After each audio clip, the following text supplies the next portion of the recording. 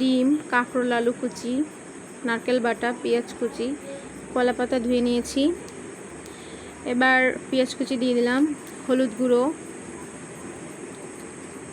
লঙ্কা গুঁড়ো, স্বাদ মতো লবণ, তেল দিয়ে সব কিছু একত্রে মেখে নেব। সুন্দর করে মেখে নিলাম।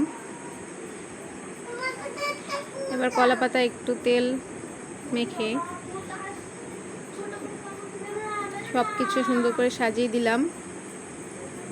চুলায় বসিয়ে দিয়েছি, একটু ঢাকা দিয়ে দিলাম। কিছুক্ষণ পরে